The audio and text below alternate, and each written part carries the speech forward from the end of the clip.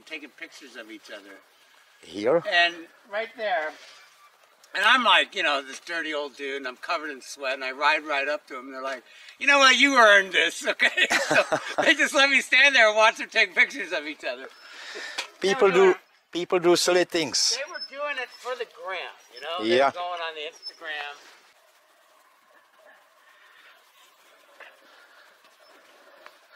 What are you planting? Well, some native plants up here got planted last week and the deer got them, so we're... Oh, challenge. Yeah. So this cube behind me, or actually not behind me, but you know what I mean. This cube is a former US Army or US Air Force installation, radar installation, and it was built during the Cold War, I think at the end of the 50s, and it survived for 20 plus years. There were more than 20 of them throughout California and many more throughout the United States, and they were basically scanning the skies continuously to see if the Russian bombers are coming, because US government was afraid that Russia could attack United States. And I'm pretty sure that the same thing was on the other side of the Iron Curtain in Europe, where communist governments and mostly USSR were afraid that United States will attack them. So that was a fun time in history, recent history I should say. And now it was replaced with other technologies. It's obsolete. This is just a shell. I believe there is no equipment. The building originally was higher. I think they took the top off and preserved this as a reminder of times gone by. Here we can see actually San Francisco.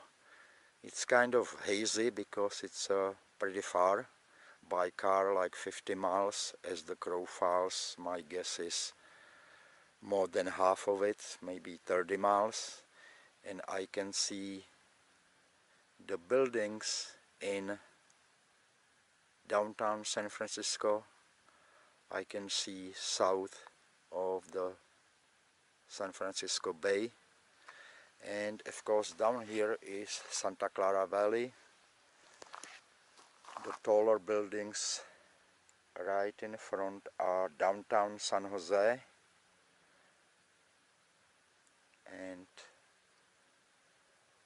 this is the third tallest mountain in Santa Cruz Mountains, I believe. So let's take a walk to the cube, as it's called by local folks. Or maybe let's take a short walk up here. Maybe we will have an even better view. And this installation, radar installation, is on Mount Umunhum, as Google calls it, or Umunhum, as Ohlone call it, even though I'm butchering the name.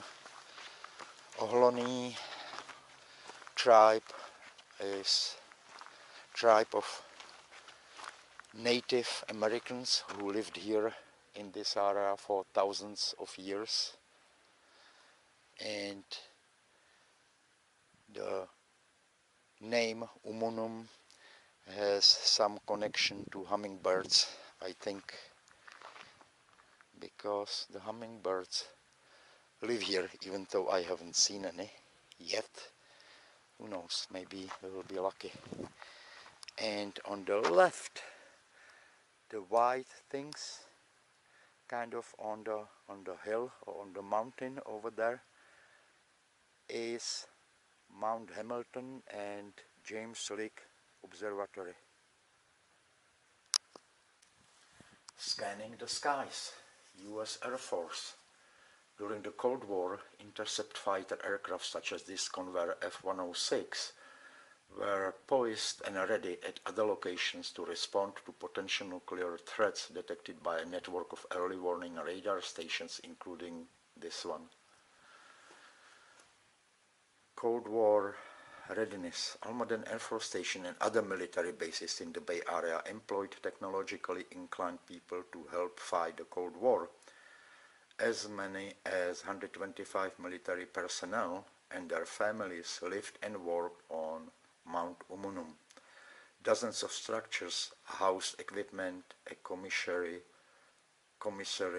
food services, living quarters, and recreational facilities, including a bowling alley and swimming pool. Advancement in both missile delivery systems and satellite technology by some of the very same people who came to work here ultimately made the radar here obsolete and eventually led to the permanent closure of the station in 1980. And here we can see a picture from 1980 just prior to station closure, and we can really see that there are quite a few more buildings that are here nowadays. And here is the cube in all its glory. Sage Defense System. The 84.5-foot tall concrete tower that remains here was the foundation for what was one of the largest rotating military radar ever built. It was part of a system of similar stations in California and among hundreds of others across the country that provided radar surveillance data into the semi-automatic ground environment Sage Defense System. New life for an old mountain. Yeah. At the time, MidPen, that's the organization that takes care of this area, acquired the land. Over 80 buildings and other structures remained as part of the former Almaden Air Force Station. The Air Force has lowered and flattened much of the summit to accommodate these structures, altering the physical characteristics of the mountaintop. In 2013, MidPen began to restore Mount Umunhum by removing almost 14,000 tons of materials and nearly 3,000 cubic yards of waste. To accelerate the restoration of native plant communities at the summit, MidPen collected thousands of seeds from native plants growing on Mount Umunhum, spread some of them on the site, germinated and propagated the rest in nearby greenhouses, and returned these plants to the mountain. Beautiful.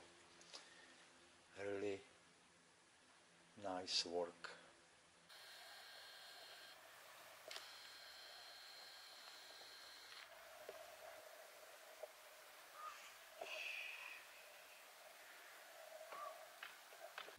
So, one last view. Mount Hamilton, Santa Clara Valley, and let's take a walk to the cube finally.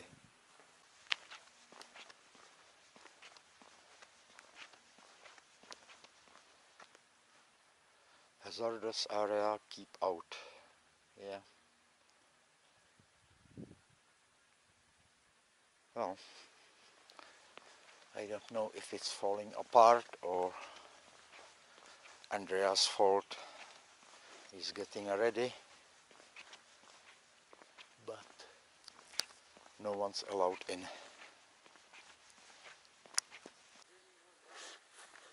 So this certainly was an interesting trip.